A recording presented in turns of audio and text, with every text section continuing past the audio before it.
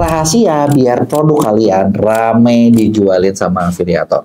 Kalian nyadar nggak sih di TikTok ataupun di Shopee sekarang, kayaknya udah satu rahasia umum kalau produk kalian mau laris itu harus diomongin atau harus dikontenin atau harus dipromosi sama banyak afiliator.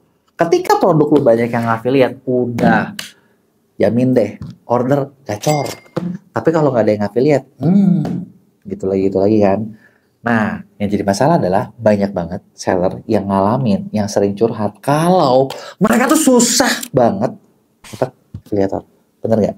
Gue mau bagiin rahasia kecil yang benar-benar bakal ngerubah jualan kalian selamanya. Tapi sebelum kita mulai, buat kalian yang baru nonton, jangan lupa buat lu klik subscribe-nya dan aktifin tombol lonceng notifikasinya ya. Yuk kita mulai. Gini, yang sering gue dengar dan pasti kalian juga sering ngalamin atau kalian sering dengar dari teman-teman kalian itu sering banget kayak gini. Seller itu udah ngechatin banyak affiliate yang waro kagak ada. Bener nggak? Sampai gue pernah lihat ada memes kayak yang nyari affiliate itu lebih susah daripada cari pacar. Bener nggak? Apalagi kalau misalnya kalian seller yang cukup percaya diri, yang ketika yang lo kontak tuh affiliate-affiliate gede. Macam Gisela gitu kan, Mami Louis Scarlett lah, top afiliator udah lu chatin. Dan gue jamin lu ngechat 1000 orang, 1000-1000-nya kagak ada yang reply. Bener kan? Kalau yang reply mungkin ada kali ya, 1-2 yang baik, yang mungkin lagi gabut gitu kan. Tapi kayaknya susah banget gitu kan. Nah, karena sebenarnya kenapa sih? Nah, sebelum gue kasih tahu caranya, gue perlu kalian ngerti adalah gini. Konsep affiliate marketing itu beda sama kayak lu jualan produk. Kita sebagai seller ketika lu bikin barang, gue yakin semua orang pasti ngerasa produknya bagus. Bener nggak? Ya, aku aja, nggak usah jauh-jauh. Gue juga gitu kok. Ya kan ketika kita bikin tuh kita ngerasa ya udah produk gue udah bagus, produk gue udah winning. Ya wajar dong kalau afiliator tuh harus pakai produk-produk gue. Tapi faktanya di mata afiliator kalian nggak secakap itu guys. Di mata afiliator lu tuh ya udah butiran debu gitu enggak sih? Nah tapi gini, maksud gue adalah kita ngerasa bagus, terus afiliator ngelihat, yang perlu kalian ngerti adalah afiliator ketika milih produk, mereka tuh nggak ngelihat kayak ini bagus loh, ini katanya gini loh, malah gini, gue pernah ya punya temen, dia bilang gini, masa sih kok jahat banget ya afiliator nggak ada yang mau bantuin produk kita tuh lokal loh, produk kita kok UMKM banget loh, masa sih ini nggak mau support, nggak mau bantu. Dari cara gue ngomong lo tau dong ini pasti emak-emak, bener nggak? Iya kan? Ya sebenarnya gue pengen ngomong sih kayak ya lu sekarang gini, lu mau lokal, lu mau UMKM, lu mau begini, lu mau begitu, bisnis is business man, bener nggak?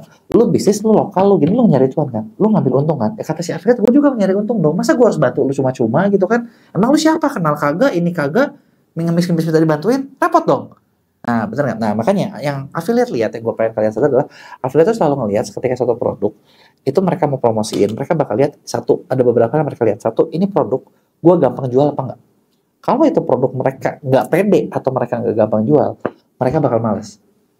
Kenapa? Gini loh, lu bayangin ya, lu jadi afiliator, lu harus konten, lu harus nge-live, gitu ya, dan terus lu nggak dibayar. Akun lu udah gede, contoh gini lah, lu punya akun udah 200.000, 500.000, 1 juta. Lu ngerasa kalau orang di-endorse, satu endorse, satu video bisa 15 juta selesai. Gua nggak peduli mau laku apa kagak, gua dapat 15 juta. Sedangkan afiliator, gue bikinin konten buat si produk tersebut, si seller tersebut, gue kagak dibayar. Udah gue kagak dibayar, bener nggak?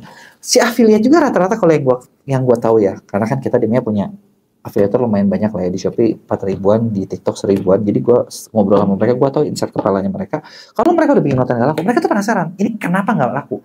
Gue bikin lagi, ngerti nggak? Bikin lagi beberapa nih challenge.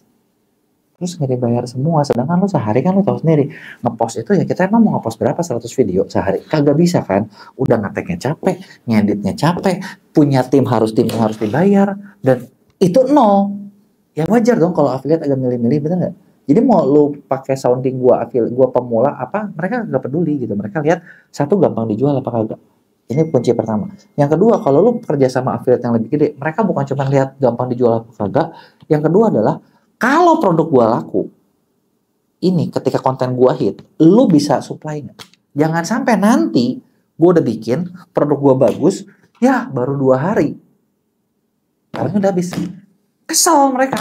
Contoh, gue punya salah satu afiliator di MEA, itu dia bikin satu konten, salah satu produk sabun lokal, dan dari satu video yang afiliator gua post, itu hari pertama laku 1.400 piece.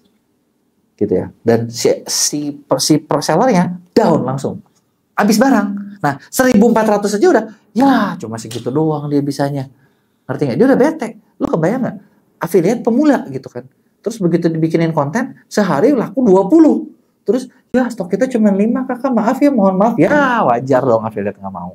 Jadi mereka bakal yang kedua adalah, lu laku apa enggak, lu stok barang banyak apa enggak. Yang ketiga adalah rating lu sebagai seller bagus apa enggak. Karena kalau rating lu jelek, ini bakal ngaruh ke mereka, ngaruh ke konten mereka, ngaruh ke traffic mereka. Ngerti nggak sampai sini? Kebayang ya? Jadi ini adalah 3 hal penting. Nah, ketika gue ngomong kayak gini, sebenarnya harusnya lu udah mulai kebayang tentang gimana caranya biar kalian tuh diterima sama affiliate. Jadi diterima sama affiliate, simple. Yang penting lu sesuai 3 kategori tadi. Laku nggak? Nah, masalahnya adalah banyak seller ketika mau nyari affiliate, kalau gue tanya, laku nggak? Kagak. Punya banyak nggak? Kagak. Reputasi toko lo gimana? Baru. Ya. Kata dia, wajar lu ditolak mulu kan? Nah, oke. Kalau lu ngalamin semua, masih ada nggak solusinya? Ada. Tenang guys, gue kasih tahu. Tenang. Itu gue ngomong yang paling ideal ya. Dan gue tahu banyak yang susah ngalamin kayak gini. Caranya gimana? Caranya gini. Yang pertama kalau kayak gitu adalah lu harus tahu diri dulu. Yang lu cari itu jangan yang selevel gitu. Contoh gini, lu mau cari Gisel, ya nggak? Lu mau cari artis. Ya, si artis sekali ngonten bisa laku berapa ratus, berapa ribu. Artinya kan kalau lu nggak mampu, itu bukan level lu. Dan lu jangan gini, brand gua kan bagus ya, produk gua mahal ya, jadi gua maunya ini memang mama nih kali bisa kayak gini nih ya. Gua maunya adalah gimana ya ngomongnya? Gue maunya orang yang follower 100.000 ke atas, 100.000 ke atas juga damage-nya gede guys. Sekali ngonten bisa puluhan sampai ratusan, lu sanggup kagak? Terus mereka juga milih, dan mereka juga goblok. Kalau mereka goblok, mereka nggak mungkin jadi top creator. Benar nggak? Jadi kalau toko lo baru, toko lo masih kecil, ya udah pilihnya yang mungkin kayak ya udahlah yang pemula juga 1.000, 2.000, 3.000 sambil belajar.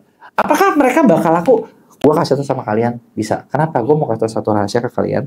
Ternyata yang bikin produk lo laku atau enggak gitu ya, itu tuh bukan, ini beberapa kali gue riset ya. Jadi, misalnya ada produk yang gue promosinya dengan langsung banyak top kreator besar, ya, yang kita kerja sama. Ada juga yang produknya tuh top kreatornya cuma satu, sama top kreatornya nggak kecil, tapi banyak banget.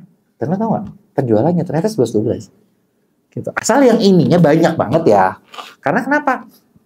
Di mata konsumen tuh ngelihat apa yang banyak diomongin orang. Kalau kita terus yang jual, mereka nggak percaya. Tapi ketika yang ngejualnya, si A ngomong, si B ngomong, si C ngomong, si D ngomong, si E ngomong, banyak banget yang ngomong, itu bakal bikin konsumen itu, ini trusted, ini bagus, gue mau beli, gue mau pakai. Nah itu dia.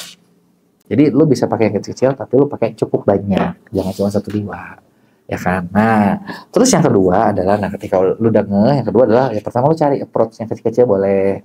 Yang penting orangnya konsisten, orangnya ini. Nah, paling masalah yang kedua itu apa coba? Lu harus modal sampel.